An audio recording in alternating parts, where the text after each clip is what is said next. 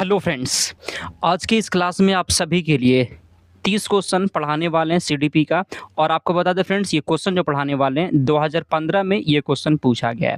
Previous year question है, 30 के 30 question friends अच्छे से पढ़िएगा।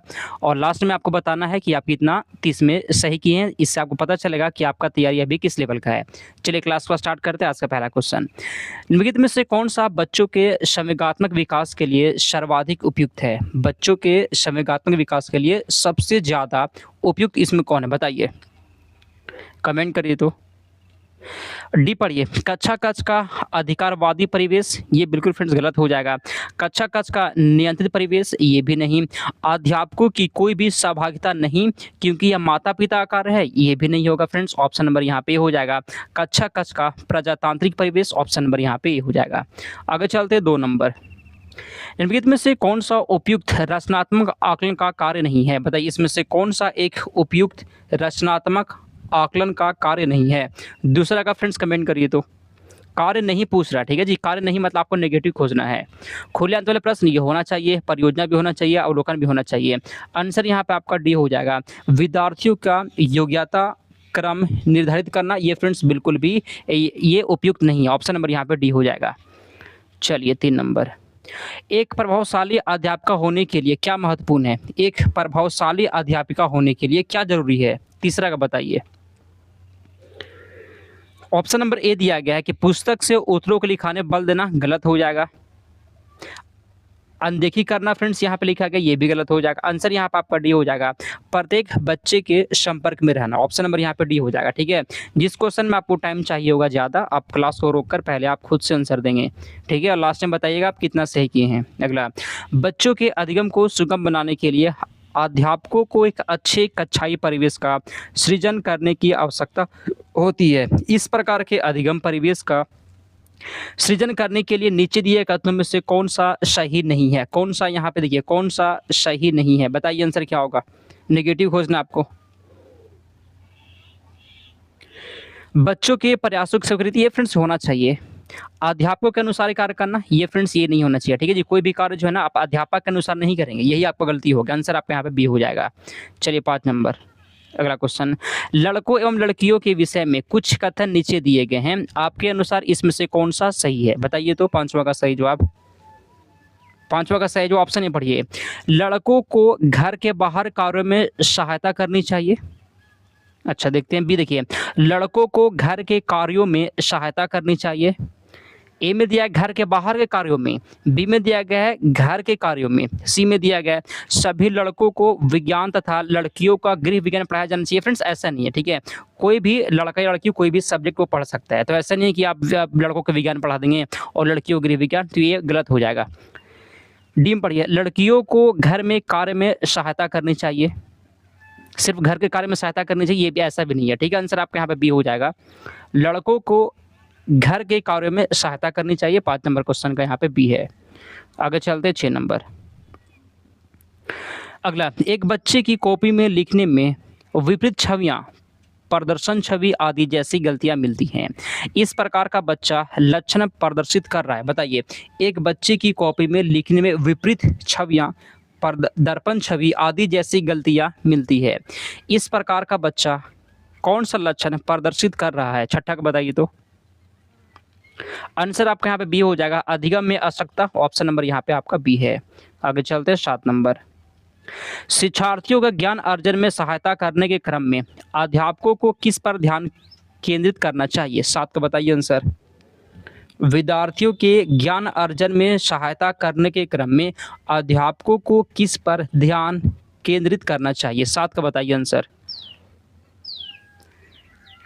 सब कुछ याद करते हैं फ्रेंड्स, विद्यार्थी सब कुछ याद करवाने पे ध्यान देंगे क्या? नहीं। बी में दिया गया शिक्षार्थी के द्वारा प्राप्त किए गए अंक भी नहीं। आंसर आपके यहाँ पे सी दिया गया, शिक्षार्थी को सक्रिय सहभागिता के लिए शामिल करना, आंसर आपके यहाँ पे सी है। ठीक है, 30 क्वेश्चन है फ्रेंड्स, ये सभी पूछा गया है, तो एक भी क्वेश्चन आप गलती मत करिएगा, लास्ट में बताना है कितना सही करते हैं। अगला, अध्यापक के दृष्टिकोण से प्रतिभाशालीता किसका संयोजन होता है? अध्यापक के दृष्टिकोण से प्रतिभाशालीता किसका संयोजन है? ऑप्शन नंबर यहाँ पे आपका हो जाएगा उच्च योग्यता, उच्च सृजनात्मकता और उच्च वचनबद्धता। ऑप्शन नंबर यहाँ पे आपका ए हो जाएगा। ठीक है, आगे चलते हैं 9 नंबर। चलिए, एनसीएफ 2005 के अनुसार गलतियां इस प्रकार महत्वपूर्ण होती हैं। एनसीएफ 2005 के अनुसार गलतियां किस कारण से महत्वपूर्ण होती है? 9 का बताइए, कमेंट करें फ्रेंड्स। बी में दिया गया अध्यापकों को बच्चों को डांटने के लिए तरीका उपलब्ध करवाती है। बच्चों को डांटेंगे क्या? नहीं। आंसर यहाँ पे आपका देखिए सी वाला हो जाएगा। सी वाला ध्यान से पढ़िए। यह बच्चों के विचार को अंतर्दृष्टि उपलब्ध कराती है तथा समाधानों को पहचानने में सहायता करती है। 10 number, out of the box चिंतन किससे संबंधित है? आउट ऑफ द बॉक्स चिंतन किससे संबंधित है? कमेंट करिए, इसे क्या कहते हैं? इसे कहते हैं अपसारी चिंतन कहते हैं। और जो लोग भी सी लगा दिए सही जवाब है। अगला क्वेश्चन 11, शिक्षण में अध्यापकों के द्वारा विद्यार्थियों का आकलन इसे अंतर्दृष्टि को विकसित करने के लिए क्या किया जा सकता है? बताइए 11 का आंसर। शिक्षण में अध्यापकों के द्वारा विद्यार्थियों का आकलन इस अंतर्दृष्टि को विकसित करने के लिए क्या किया जा सकता है? आंसर यहाँ पे आपका सी वाला हो जाएगा। शिक्षार्थियों की आवश्यकता के अनुसार शिक्षण उपागम में परिवर्तन करना। ऑप्शन नंबर यहाँ पे आपका सी हो जाएगा। आगे चलते हैं 12, अधिगम अनुभवों को इस प्रकार से आयोजित किया जाना चाहिए जिससे अधिगम को सार्थक बनाया जा सके। नीचे दिए गए अधिगम अनुभवों में से कौन सा बच्चों के लिए सार्थक अधिगम को सुगम नहीं बनाता है? ध्यान से दीजिए फ्रेंड्स, सुगम नहीं बनाता है मतलब आपको नेगेटिव खोजना है। बताइए, कमेंट करिए। तो 12 का आंसर यहाँ पे क्या होगा? ऑप्शन नंबर ए इसका आंसर हो जाएगा। फ्रेंड्स देखिए, पहला भी आंसर इसका है, विषय वस्तु केवल याद करने के आधार पर बच्चों को याद कभी नहीं करवाना। ऑप्शन नंबर ए यहाँ पे हो जाएगा। ठीक है, चलिए अगला क्वेश्चन, बच्चों को शाब्दिक या गैर शाब्दिक दंड देने का परिणाम क्या होता है? बच्चों को शाब्दिक या गैर शाब्दिक दंड देने का क्या परिणाम होता है? 13 का आंसर। आंसर यहाँ पे आपका डी वाला हो जाएगा, उनकी स्वयं के प्रति अवधारणा को नष्ट करना। चलिए अगला क्वेश्चन 14 नंबर, निम्नलिखित में से कौन प्रारंभिक बाल्यावस्था अवधि के दौरान उन भूमिकाओं एवं व्यवहारों के बारे में जानकारी प्रदान करते हैं जो एक समूह में स्वीकार्य है? कमेंट करिए 14 नंबर क्वेश्चन का सही जवाब। आंसर यहाँ पे आपका डी हो जाएगा, माता पिता एवं भाई बहन। ठीक है, आगे चलते हैं 15, विद्यार्थियों को स्वास्थ्य के लिए प्रेरित करने हेतु उन्हें स्वास्थ्य समिति का सदस्य बनाना प्रतिबिंबित करता है क्या? 15 का बताइए। विद्यार्थियों को स्वास्थ्य के लिए प्रेरित करने हेतु उन्हें स्वास्थ्य समिति का सदस्य बनाना क्या प्रतिबिंबित करता है? आंसर आपका यहाँ पे ए वाला हो जाएगा, प्रेरणा की सामाजिक सांस्कृतिक संकल्पना। ऑप्शन नंबर ए है। आगे चलते हैं 16 नंबर क्वेश्चन की ओर। चलिए फ्रेंड्स, एक लाइक आप सभी को कर देना है जी। ठीक है, और आप सभी को जो है ना जुड़े रहना है फ्रेंड्स। आपको एग्जाम तक जो है यहाँ से आप प्रैक्टिस करिए, आपका तैयारी बहुत मजबूत हो जाएगा। ठीक है, अगला, निम्नलिखित में से कौन सा आयु समूह परवर्ती बाल्यावस्था श्रेणी के अंतर्गत में आता है? बताइए तो 16 का आंसर।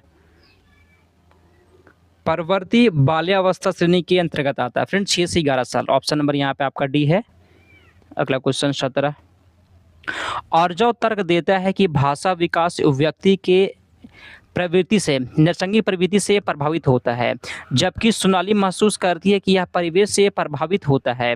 आर्जव और सोनाली के बीच यह चर्चा किस विषय में है? कमेंट करिए 17 का आंसर। चलिए फ्रेंड्स, 17 का आंसर यहाँ पे क्या दिया गया है? देखिए इसका आंसर यहाँ पे डी हो जाएगा, प्रकृति तथा पालन पोषण पर वाद विवाद। ऑप्शन नंबर डी है। आगे चलते 18।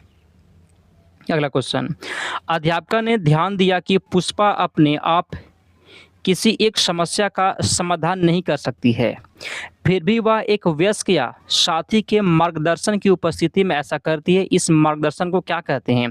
देखिए फ्रेंड्स, मार्गदर्शन मतलब होता है बच्चों को जो है ना, ये एक बच्चा जो है वह खुद से कोई काम नहीं कर पाता है, लेकिन अगर उसको मार्गदर्शन मिलता है मतलब हेल्प मिलता है ना, तो वह उस काम को कर देता है। इसे क्या कहते हैं? चलिए, इसे हम लोग कहते हैं फ्रेंड्स सहारा देना। ऑप्शन नंबर यहाँ पे आपका डी हो जाएगा। इसी को स्कैफोल्डिंग भी कहते हैं। 19 नंबर, अध्यापक ने कमेटी को प्रधान को सभापति के स्थान पर सभाध्यक्ष लिखा। यह संकेत करता है कि अध्यापिका, चलिए कमेंट करिए तो, अध्यापिका ने एक कमेटी के प्रधान को सभापति के स्थान पर सभाध्यक्ष लिखा। यह संकेत करता है कि अध्यापिका अध्यापिका एक लिंग मुक्त भाषा का प्रयोग कर रही है। जो लोग बीसी लगा दिए हैं बिल्कुल सही जवाब है 20 नंबर। सतत एवं व्यापक मूल्यांकन किसके लिए आवश्यक है? 20 का बताइए तो। सतत एवं व्यापक मूल्यांकन किस लिए आवश्यक है? 20 का बताइए। 20 का बताइए फ्रेंड्स। आंसर यहाँ पे आपका डी वाला हो जाएगा, ध्यान से पढ़िएगा। यह समझने के लिए कि अधिगम का किस प्रकार अवलोकन किया जाता है, दर्ज किया जाता है व सुधार किया जाता है। ऑप्शन नंबर डी है। ठीक है फ्रेंड्स, 30 क्वेश्चन होगा, पूरा पढ़िएगा अच्छे से। अगला, लॉरेंस कोहलबर्ग के सिद्धांत में कौन सा स्तर नैतिकता की अनुपस्थिति को सही अर्थ में सूचित करता है? बताइए तो। नैतिकता की अनुपस्थिति मतलब उसमें नैतिकता नहीं होता है। 21 का बताइए। तो फ्रेंड्स सुनिए, स्तर 1 में, ठीक है जी, स्तर 1 में जो है ना कोई भी नैतिकता नहीं होता है। ऑप्शन नंबर यहाँ पे आपका सी हो जाएगा। ये पीडीएफ अगर आप लेना चाहते हैं तो डिस्क्रिप्शन में लिंक दिया गया है, आप टेलीग्राम पे जुड़ सकते हैं। ठीक है, टेलीग्राम पे भेज देंगे। अगला, निम्नलिखित में से कौन सा बच्चों के समाजीकरण के प्रगतिशील मॉडल के संदर्भ में सही नहीं है? सही नहीं है, बताइए। सही नहीं है आपसे पूछ रहा है, ठीक है, सही नहीं है। फिर देखिए फ्रेंड्स, यहाँ पे आपको बी वाला पढ़िए। बच्चे विद्यालय में बताई गई बातों को स्वीकार करते हैं चाहे उनकी सामाजिक पृष्ठभूमि कुछ भी हो। तो ऐसा नहीं होना चाहिए। बच्चे विद्यालय में बताई गई बातों को स्वीकार करते हैं चाहे उनकी सामाजिक पृष्ठभूमि कुछ भी हो, तो ये बात सही नहीं है। ऑप्शन नंबर बी हो जाएगा। चलिए आगे चलते हैं, 23 नंबर क्वेश्चन। चलिए अगला क्वेश्चन, अधिगम में आकलन किस लिए आवश्यक है? अधिगम में आकलन किस लिए आवश्यक है? 23 का बताइए। अधिगम में आकलन किस लिए आवश्यक है? ग्रेड एवं अंकों के लिए? ऐसा नहीं है। जांच परीक्षण के लिए, प्रेरणा के लिए, या फिर पृथक्करण से? ये भी तो नहीं होगा। नहीं फ्रेंड्स, पृथक्करण हमेशा गलत होता है, ये कट गया। ए और डी नहीं होगा, बताइए क्या होगा। तो फ्रेंड्स यहाँ पे आपका 23 नंबर क्वेश्चन का सी हो जाएगा, प्रेरणा के लिए। ऑप्शन नंबर यहाँ पे सी है। अगला क्वेश्चन, प्रचलित योजनाओं में नई जानकारी जोड़ने को किस नाम से जाना जाता है? नई जानकारी को जोड़ने को किस नाम से जाना जाता है? 24 का बताइए। नई जानकारी को जोड़ना किस नाम से जाना जाता है? 24 नंबर क्वेश्चन यहाँ पे सी हो जाएगा, आत्मसात्करण कहते हैं। जो लोग भी यहाँ पे आप सी लगा दिए हैं बिल्कुल सही जवाब है। अगला क्वेश्चन, हम सभी अपने बुद्धि, प्रेरणा, अभिरुचि आदि के संदर्भ में भिन्न होते हैं। यह सिद्धांत संबंधित है किससे? 25 का बताइए। हम अपनी बुद्धि, प्रेरणा, अभिरुचि आदि के संदर्भ में भिन्न होते हैं। यह सिद्धांत संबंधित है किससे? 25 का बताइए तो फ्रेंड्स यहाँ पे 25 नंबर क्वेश्चन का ए हो जाएगा। इसे क्या कहते हैं? व्यक्तिक विभिन्नता से। ऑप्शन नंबर ए है। अगला क्वेश्चन 26, वंचित समूहों के विद्यार्थियों को सामान्य विद्यार्थियों के साथ साथ पढ़ाना चाहिए, इसका अभिप्राय क्या है? बताइए। वंचित समूह के विद्यार्थियों को सामान्य विद्यार्थियों के साथ साथ पढ़ाना चाहिए, इसका अभिप्राय क्या है? 26 का बताइए। तो यहाँ पे 26 नंबर क्वेश्चन का ए हो जाएगा, समावेशी शिक्षा। आगे चलते हैं 27 नंबर। चलिए, कोई भी नाराज हो सकता है, यह आसान है, ठीक है, परंतु एक सही व्यक्ति के ऊपर सही समय पर सही उद्देश्य के लिए तथा सही तरीके से नाराज होना आसान नहीं है। यह किससे संबंधित है? चलिए 27 का बताइए। संवेगात्मक विकास से, सामाजिक विकास से, संज्ञानात्मक विकास से, या फिर किससे? 27 नंबर क्वेश्चन का यहाँ पे हो जाएगा संवेगात्मक विकास से। 28 नंबर, विकृत लिखावट से संबंधित लिखने की योग्यता में कमी किसका एक लक्षण होता है? बस आप ये बताइए ना कि लिखने की योग्यता में कमी किसका लक्षण होता है? 28 का सही जवाब है। अगर लिखने में दिक्कत हो रहा है तो उसे डिस्ग्राफिया कहते हैं। ऑप्शन नंबर ए हो जाएगा, ठीक है। 29 नंबर क्वेश्चन, पियाजे के सिद्धांत के अनुसार निम्नलिखित में से कौन सा व्यक्ति के संज्ञानात्मक विकास को प्रभावित नहीं करेगा? 29 का बताइए।